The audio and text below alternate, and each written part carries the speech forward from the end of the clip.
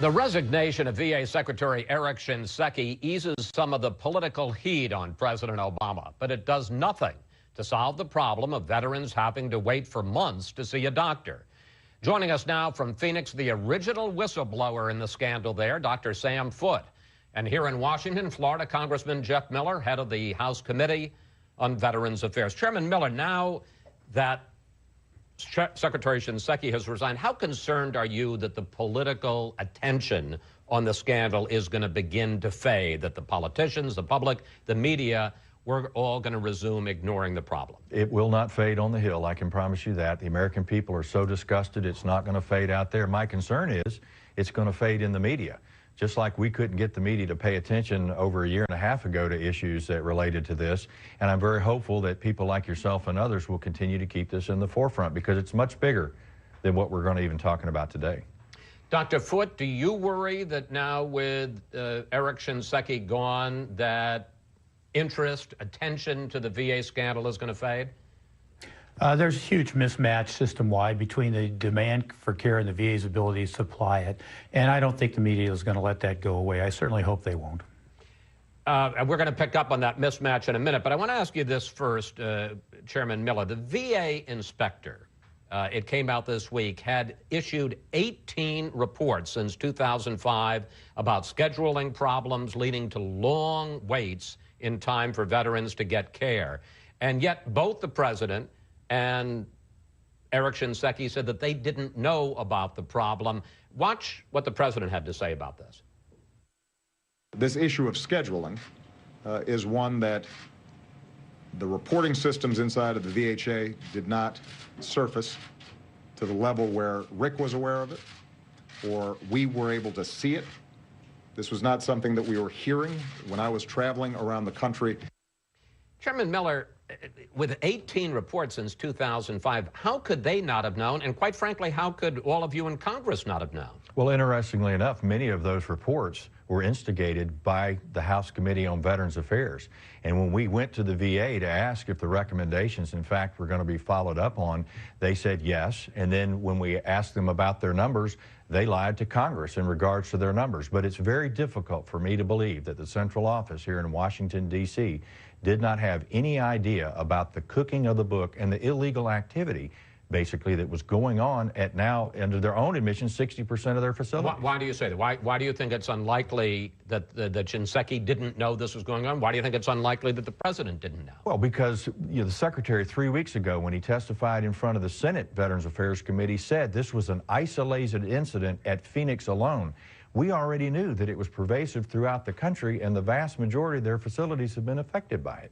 Dr. Foote, as you were sitting there for 24 years in the VA facilities in Phoenix, how do you explain and do you believe that this disconnect between the gaming of the system, not just in Phoenix, but at VA facilities across the country, and the apparent lack of knowledge here among top officials in Washington?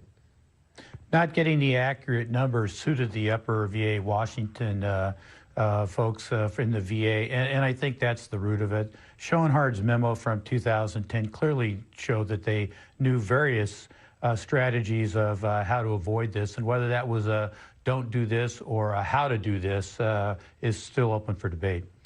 You talked, Dr. Foote, about the mismatch of demands and resources inside the VA. I want to talk about this and as we discuss possible fixes, because the number of primary care visits to the VA has jumped 50% in the last 3 years, but the number of primary care doctors rose only 9%.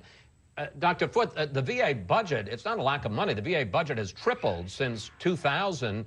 So I guess one of the questions is, should the VA be taking care from the moment that a veteran leaves the service of every veteran for life, or should there be some more targeting, that if it's a service-related problem or if a veteran is destitute, that, yes, the system will take care of them, but if a veteran is getting old and it's just an age issue or a health issue unrelated to his service, that the VA should not be responsible?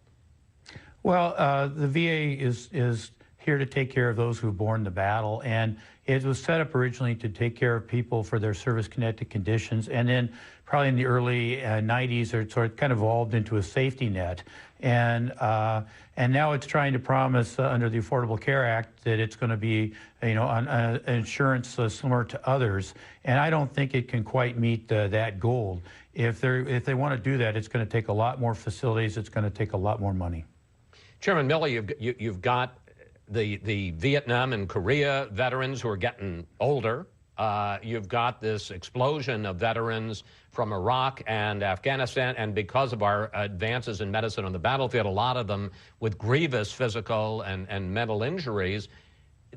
Do we have to scale back what the VA does, particularly if it's a non-service related health problem for a veteran? Has nothing to do with the fact that he served as a veteran. Well, actually, I think that what you may be talking about is whether or not they have to come to the VA system for their care. I think we have the dollars to be able to provide the care, and that may be in the outside private sector, which VA already has the ability to do. VA does a great job when you're dealing with battlefield injuries, traumatic brain injuries, spinal cord injuries, and those are the things that are the core mission, obviously, of the VA. And yes, we have had additional veterans come into the system, but the vast majority of the new veterans that are being enrolled into the system are, in fact, older veterans from Korea and Vietnam with aging issues, and they don't necessarily have to be treated at a VA hospital. Should they be the responsibility of the VA at all? Well, there's no reason not for us to treat those who have borne the battle, worn the uniform of this nation. We have the money to be able to do that, and they want to throw up the fact we don't have enough doctors. The doctors, in many instances, aren't seeing enough patients. They don't see nearly the panel of patients that physicians on the outside of the government system. Let me bring Dr. Foote into that, because that's been a complaint. Some critics are saying, well, look, this is what happens when you get government health care, because there's no incentive. Since you're on salaries, you're not being paid fee for service. There's no incentive for doctors in the VA system to see as many patients as they do in the private sector. Your reaction to that, sir? That's variable from facility to facility, but I think we all understand in a capitalist society, it responds much quicker. If the restaurants are overcrowded, and somebody's going to build a restaurant to take advantage of that. And so in a capitalist system, you're much better at putting your resources where the demand is. And so I think in the VA, you may have places like Phoenix where we probably have 10 or 12,000 patients that don't have, established patients that don't have primary care providers, and another 3,100 that can't get into the system. So clearly, we're crying for more resources there, and the staff has been overworked. There may be many other facilities where they're not working that hard, and that's the difference, I think, between the government-run operations and the private sector. Finally, let me ask you both, and I'll start with you, Dr. Foote, on this. I can't remember how long that we have been talking about problems at the VA with health care, with schedules, with disability problems. Do you really believe this time's going to be different, that there is going to be a cultural change, a serious systemic change in the VA, and that this time it'll get fixed? Dr. Foote, you first. Yeah, I'm extremely hopeful. The VA is great at chronic care, high blood pressure, diabetes. It falls down at urgent and emergency room type care, and when hospitalization is needed, especially out west where the distances are great and the population is sparse, and in other parts of the country as well. You get the last word, Chairman Miller. We have a unique opportunity to help change the system, to better serve veterans and not serve the bureaucrats that work inside the system. And let me tell you, if it wasn't for a gentleman named Dr. Foote coming forward and continuing to blow the whistle until somebody finally paid attention to what he was saying, we probably wouldn't be talking about this today.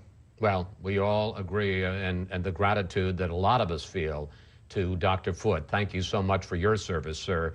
Congressman Miller, Dr. Foote, thank you both for coming in today, and we promise the resignation of VA Secretary Eric Shinseki eases some of the political heat on President Obama, but it does nothing to solve the problem of veterans having to wait for months to see a doctor. Joining us now from Phoenix, the original whistleblower in the scandal there, Dr. Sam Foote.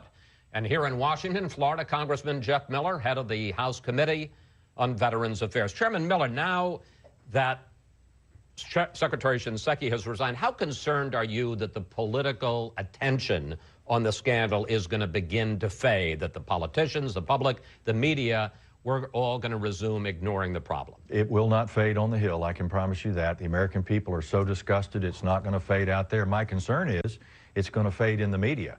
Just like we couldn't get the media to pay attention over a year and a half ago to issues that related to